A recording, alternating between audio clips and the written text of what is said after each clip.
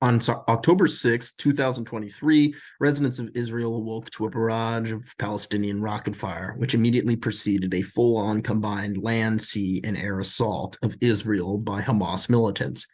Scores of women and children were taken deep into the Gaza Strip as hostages, undoubtedly taunting the Israeli Defense Forces to put boots on the ground as a response. The attack occurred exactly 50 years after Egypt and Syria launched a surprise attack on Israel, starting the Yom Kippur War, with this attack similarly catching the IDF off guard. In response to the sudden escalation in Israel, the U.S. has repositioned some of its fleet to the eastern Mediterranean Sea in an effort to deter the current violence from spilling over into neighboring countries, such as Lebanon. The current situation is complex and has ramifications for the future of the Middle East's power structure and stability. I will build off historical events discussed in a previous video. Around 1200 BC, Israel as we know it today was no more than a collection of unorganized Semitic tribes. The first king of Israel, King Saul, came from one of the original Semitic tribes and worked to unify the tribes into the United Kingdom of Israel. At this time, a unified kingdom was necessary to fight off the perpetual attack from the Philistines, a coastal people living in modern-day Gaza. Perhaps one of the most well-known Philistines in biblical history is Goliath, a particularly tall soldier who was known to be fearless on the battlefield.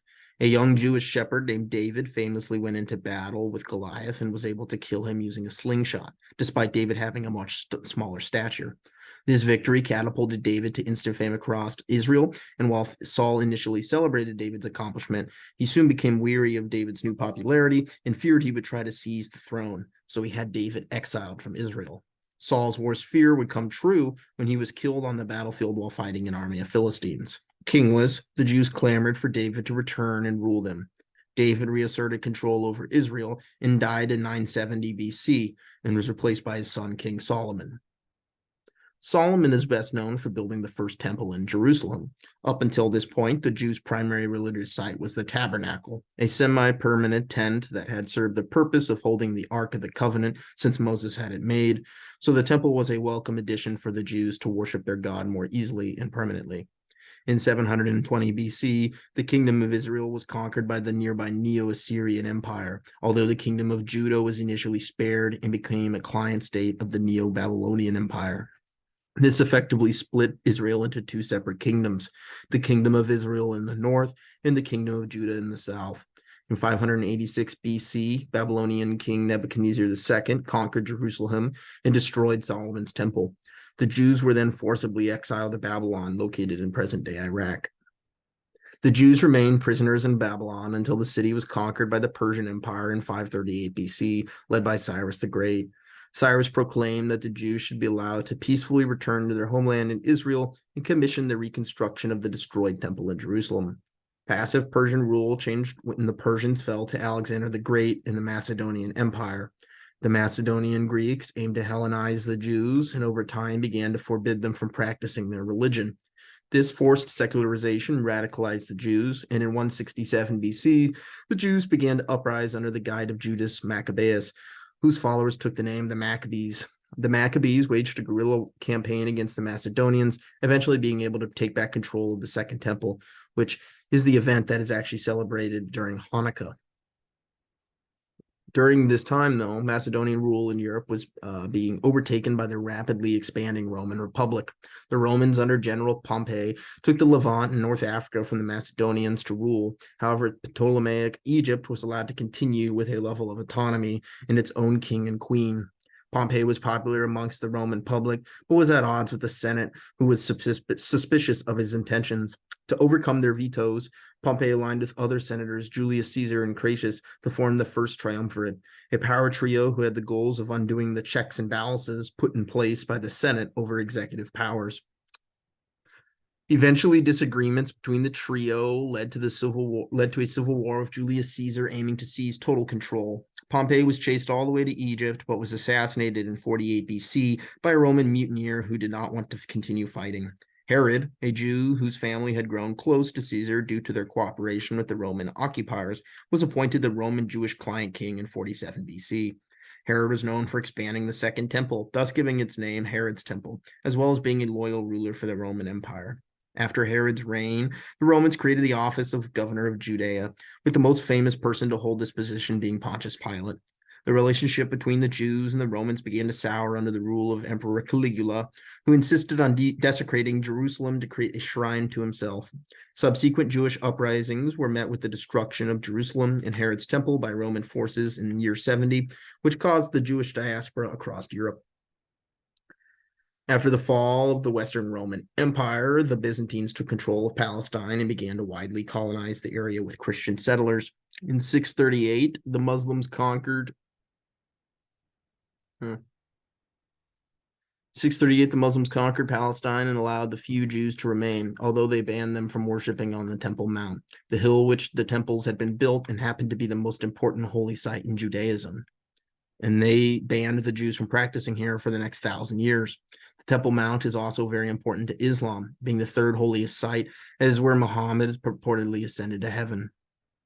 The First Crusade, which began in 1096, saw Christian crusaders invade and conquer Palestine, when their crusaders indiscriminately massacred all the Muslim and Jewish residents, removing Jews from the area. After successive conquests, Palestine fell under the control of the Ottoman Empire in 1517. At this point, the population of Jews that remained in Palestine was only 5,000. The Jewish diaspora in Europe was wide, ranging from Spain all the way to Russia. The geographic variance caused several different Jewish cultures to emerge. Although they differed, they all shared a common view that Jews had been discriminated and marginalized in Europe since they had arrived. This sentiment came to a head in 1896 when the Dreyfus Affair blew up French society. In the scandal, French Army Major Ferdinand Walsin Esterhazy gave military secrets to the German army. When it was discovered there had been a leak, high-ranking military officials covered it up and hatched a plan to blame it on a French army captain, Alfred Dreyfus, supposedly because he was Jewish and thus an easy scapegoat. Dreyfus was convicted and sent to a penal colony until French society at large found out about the scandal, which at this point he was released and reinstated in the army. European Jews found out incredibly disheartening that blatant racism existed in what was supposed to be Europe's most liberal country. This, along with the pogroms in the East, kickstarted Zionism for the Jewish people. The Ottomans encouraged Zionism as a way to counterbalance the ethnic Arabs living in Palestine. Then, following their collapse, the British occupied Palestine and encouraged the continual settlement of Jews escaping persecution in Europe. Following World War II, they planned to leave the colony under the idea of creating two separate states, one Jewish, one Arab. The Jews agreed to this, but the Arabs did not, since to them they were simply being forced to hand over their land to the colonizers. This, in addition to overlaps in holy sites and beliefs of Judaism and Islam, have caused continued strife and hatred to exist between the Jews and the local Arabs known as Palestinians.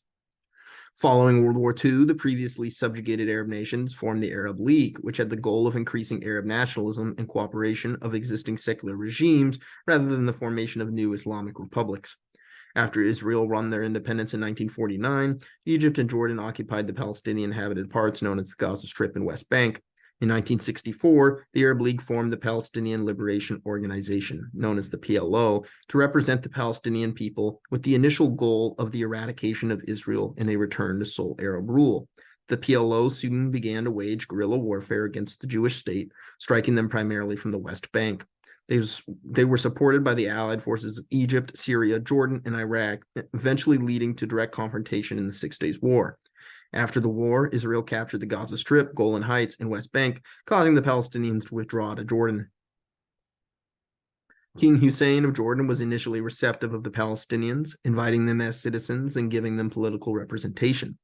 These good terms began to change as the PLO freedom fighters, known as the Fedayeen, continued to launch attacks on Israel from Jordanian soil against Jordan's wishes.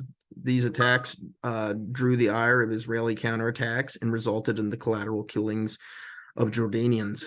Additionally, the Fedayeen refused to follow the laws of the king and began to openly attack police officers and army soldiers. At this point, the PLO, now led by Yasser Arafat and his nationalist party Fatah, were acting as a separate state within Jordan. After multiple attempts on King Hussein's life, the Jordanian army began a campaign to expel the PLO from Jordan. This caused an invasion of Jordan from neighboring Syria to topple the monarchy.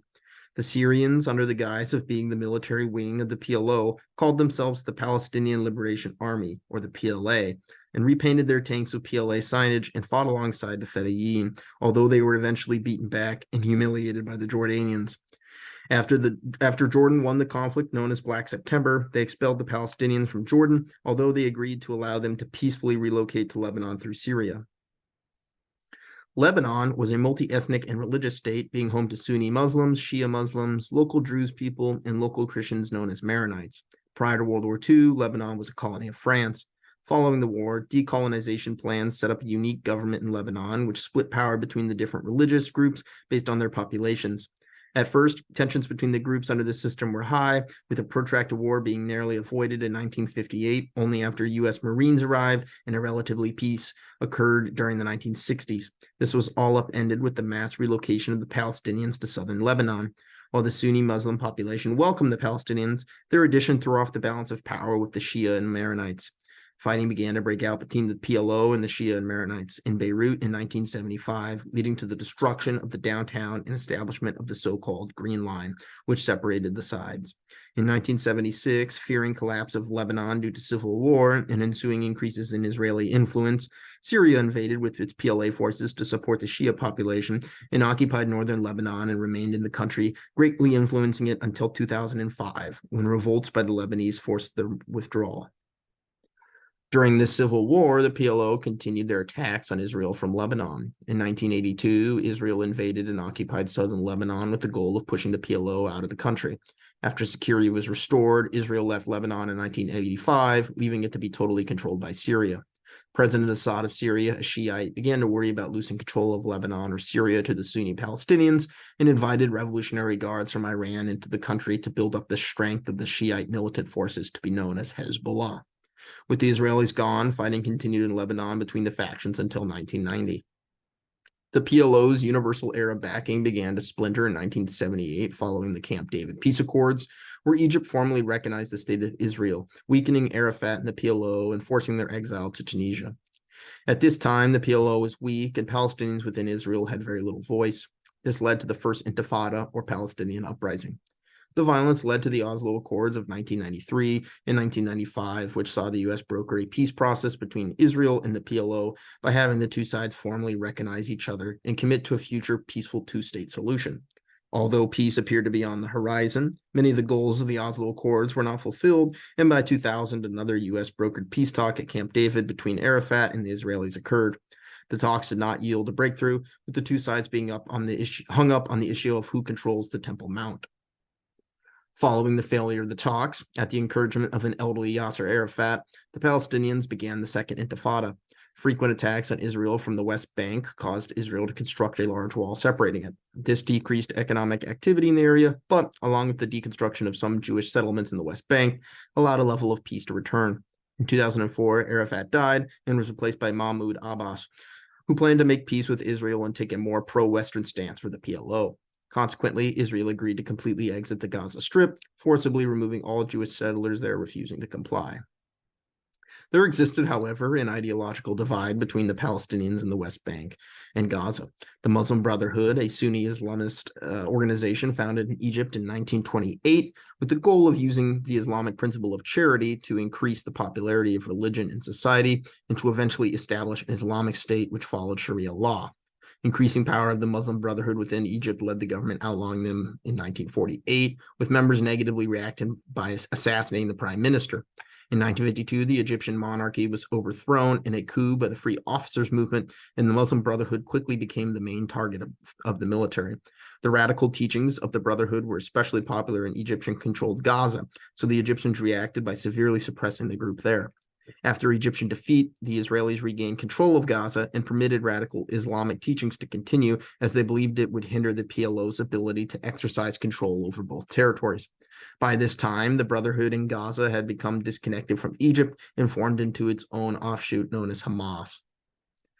In 2005, President Abbas made a push for the PLO to stop rocket attacks on Israel being carried out by Hamas militants.